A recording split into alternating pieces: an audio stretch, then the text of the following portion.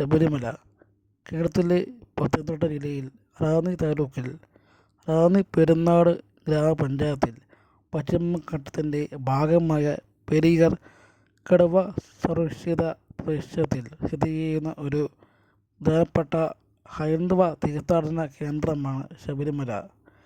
ശ്രീ അയ്യപ്പ ക്ഷേത്രം അഥവാ ശബരിമല ശ്രീ ധർമ്മശാസ്ത്ര ക്ഷേത്രം ഒരു പ്രത്യേക കാലഘട്ടത്തിൽ ഏറ്റവും കൂടുതൽ ഭക്തരെത്തുന്ന ലോകത്തിൽ തന്നെ ഏറ്റവും വലിയ ക്ഷേത്രങ്ങളിലൊന്നാണ് ശബരിമല. ഏകദേശം 3 കോടിയിലധികം പേരാണ് ഓരോ വർഷവും ഇവിടെ സന്ദർശിക്കുന്നത്.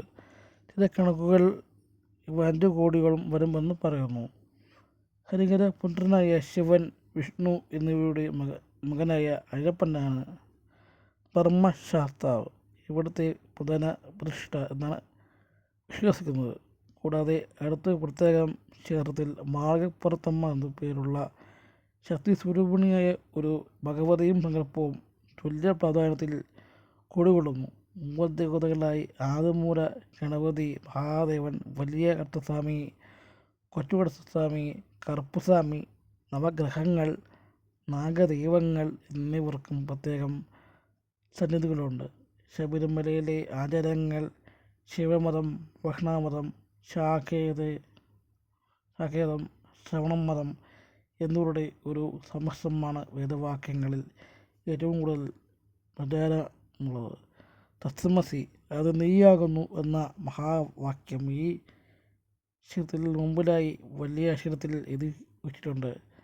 സമുദ്രത്തിൽ നിന്നും ഏകദേശം 1260 മീറ്റർ 4.134 അടി ഉയരത്തിൽ 18 മലകൾക്ക് നടുവിലാണ് ശബരിമല ക്ഷേത്രം സ്ഥിതി ചെയ്യുന്നത്.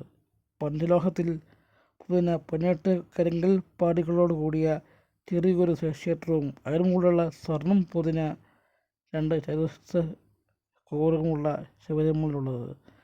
കേരളത്തിലെ ഏറ്റവും വലിയ 3ാമത്തെ നദിയായ പമ്പാ നദിയുടെ ഉദ്ഭവം ശബരിമലയ്ക്ക് അടുത്താകും എന്നാണ്. ക്ഷേത്രത്തിൽ നിന്ന് ഏകദേശം 5 കിലോമീറ്റർ തെക്ക് പടിഞ്ഞാറ് ഭാഗത്തായി പമ്പാ നദിയിൽ ഒരു സ്നാനഘട്ടമുണ്ട്. ഇവിടെ കുളിച്ച് കുടുംബത്തിലെ മരിച്ചവരുടെ പിതൃക്കൾക്ക് ബലിയിട്ടാണ് ഭക്തർ മല ചവിട്ടുന്നത്. ജാതിമതസ്ഥർക്കും ഇവിടെ പ്രവേശനം അനുവദനീയമാണ്. എന്നാൽ ഇരുമുടിക്കെട്ടുമായി വരുന്നവരെ മാത്രമേ 18 പടികൾ കയറാൻ അനുവദിക്കൂ. അയ്യപ്പക്ഷേത്രമാണ് ഈ ക്ഷേത്രത്തിലെ പ്രധാന വഴിപാട്. തിരുവിതാംകൂർ ദേവസ്വം ബോർഡിൻ്റെ കീഴിലുള്ളതാണ് ഈ ക്ഷേത്രം. തിരുവിതാംകൂർ ദേവസ്വം ബോർഡിന് കീഴിൽ ഏറ്റവും കൂടുതൽ വരുമാനമുള്ള ക്ഷേത്രമാണിത്. മറ്റു ക്ഷേത്രങ്ങളിലെ പോലെ വർഷത്തിൽ എല്ലാ ദിവസവും ഇവിടെ പൂജയോ തീർത്ഥാടനമോ നടക്കുന്നില്ല.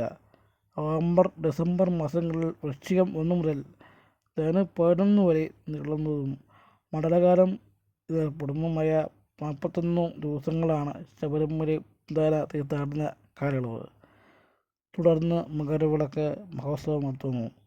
ഇതിനു പുറമെ എല്ലാ മലയാള മാസങ്ങളിലെയും ആദ്യത്തെ 5 ദിവസങ്ങളിലും ഇവിടെ സന്ദർശനം അനുവദിക്കൂ. ഇത് തുടങ്ങിയിട്ട് അധികകാലമായിട്ടില്ല. മീനമാസത്തിലെ ഉത്രം നക്ഷത്രത്തിൽ ശകുനി ഉത്രം ആറാട്ടായി 10 ദിവസം ഉത്സവം ക്ഷേത്രത്തിൽ നടന്നു വരുന്നു. കൂടാതെ വിഷു, ഓണം, വിജയദശമി, ദീപാവലി, ശിവരാത്രി തുടങ്ങിയ വിശേഷ ദിവസങ്ങളിലും ഇവിടെ നട തുറന്ന് പൂജയുണ്ടാകാറുണ്ട്. വ്രതമെടുക്കാതെയും ക്ഷേത്ര നിർമ്മാണത്തിനുമായി വാണിജ്യപരമായ നീക്കങ്ങളെ തുടർന്നും കേരള ഹൈക്കോടതി ഋതുമതിയുടെ യത്തിലുള്ള 10 മുതൽ 50 വയസ്സ് വരെ സ്ത്രീകളെ ശബരിമലയിൽ പ്രവേശിക്കാൻ പാടില്ലെന്ന വിധി 1992 പുറപ്പെടുവിച്ചിരുന്നു. എന്നാൽ 2018 സെപ്റ്റംബർ 28 സുപ്രീം കോടതി ചരിത്രപരമായ ഒരു വിധി അനുസരിച്ച് സ്ത്രീ പുരുഷ പ്രായഭേദമന്യേ എല്ലാവർക്കും ക്ഷേത്രത്തിൽ പ്രവേശിക്കുന്നതാണ്. ഈ വിധി വൻ വാദങ്ങൾക്ക് വഴിതെളിച്ചു. തിരുവാഭരണം തങ്കയങ്കി എന്നറിയപ്പെടുന്നു. തിരുവിതാംകൂർ മഹാരാജാവ് ശ്രീ തിരുനാൾ ബാലരാമവർമ്മ 1973 ക്ഷേത്രത്തിന് സംഭാവന നൽകിയ 420 പവൻ തൂക്കമുള്ള തങ്കയങ്കി മണ്ഡലപൂജയ്ക്കാണ്. ശബരിമലക്കുള്ളിലെ അയ്യപ്പ വിഗ്രഹത്തിൽ അണിക്കുന്നത്. മണ്ഡലപൂജയ്ക്ക് 2 നാൾ മുമ്പാണ് തങ്കയങ്കി ഉപയോഗിച്ചുകൊണ്ടുള്ള രഥയാത്ര ആറന്മുളയിൽ നിന്നും പുറപ്പെടുന്നത്. പ്രസാദങ്ങൾ. അരവണ പായസവും കൂട്ടപ്പവുമാണ് ശബരിമലയിലെ പ്രധാന വഴിപാട് പ്രസാദങ്ങൾ. ഇവ ക്ഷേത്രത്തിനടുത്തുള്ള വിതരണ കൗണ്ടറുകൾ വഴിയാണ് വിതരണം ചെയ്യുന്നത്. സ്ത്രീകൾ ഋതുമതി ആകുമ്പോൾ പണ്ട് കാലങ്ങളിൽ വെക്കാറുള്ള ഋതുമതി കഞ്ഞിയാണ് അരവണ പായസമായി മാറിയത്. അരവണ പായസത്തിനുള്ള അരി തിരുവിതാംകൂർ ദേവസ്വം തന്നെ കീഴിലുള്ള ചെട്ടിക്കുളങ്ങര ദേവീക്ഷേത്രത്തിൽ നിന്ന് കൊണ്ടുവരുന്നത്. മകരജ്യോതി ദർശനം. ശബരിമല ശ്രീ ധർമ്മശാസ്ത്ര ക്ഷേത്രത്തിലെ പ്രസിദ്ധമായ ഉത്സവമാണ് മകരജ്യോതി ദർശനം. മകരമാസം തുടങ്ങുന്ന മകരം ഓണം തീയതിയാണ് ഈ ഉത്സവം നടക്കുന്നത്. അന്നേ ദിവസം ശ്രീ ധർമ്മശാസ്ത്ര ക്ഷേത്രത്തിൽ വളരെ വലിയ ഉത്സവം വിശേഷാൽ പൂജയും നടക്കുന്നു. അയ്യപ്പൻ്റെ തിരുവാഭരണം ചാർത്തി ദീപാരാധനയ്ക്ക് ശേഷമാണ് മകരജ്യോതി തെളിയിക്കുന്നതും. മകരവിളക്ക് സമയത്താണ് ദേവസ്വം ബോർഡ് ജീവനക്കാരും അയ്യപ്പ ദേവസംഘം പ്രവർത്തകരും പോലീസ് സംരക്ഷണയിൽ പൊന്നമ്പല മഠത്തിലെത്തി കർപ്പൂരം കത്തിക്കുന്നതുമാണ് മകരജ്യോതി. ഹരിവരാസനം. ശബരിമലയിൽ ദിവസവും അത്താഴപൂജയ്ക്ക് ശേഷം നട അടയ്ക്കുന്നതിന് മുമ്പ് ആരംഭിക്കുന്ന കീർത്തനമാണ് ഹരിവരാസനം. ഭക്തർക്കുള്ള ദർശനത്തിനു ശേഷം ഭഗവാനെ പടി കുറക്കാനുള്ള ഒരു ഗീതമാണ് ഇതെന്ന് വിശ്വാസം. കമ്പക്കുടി കുളത്തൂർ സുന്ദരേശ്വർ എന്ന ഈ ഉറക്കപ്പാട്ട് പ്രസിദ്ധീകരിച്ചത്. ഇതിന് 352 അക്ഷരങ്ങളും 108 വാക്കുകളും 32 വരികളുമുണ്ട്. 1950-ലുണ്ടായ വൻ തീപിടുത്തത്തിന് ശേഷം പുനഃപ്രതിഷ്ഠ നടത്തിയ ദിവസമാണ് ആദ്യം ഈ ഗാനം ആരംഭിച്ചത്.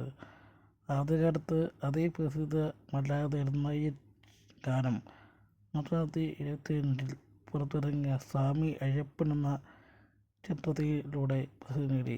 ക്ഷേത്രനട അടയ്ക്കുന്നതിന് മുന്നോടിയായി തന്ത്രിയും ശാന്തിക്കാരും വിഗ്രഹത്തിൻ്റെ ഇരുപുറത്തുമായി ഇരിക്കും.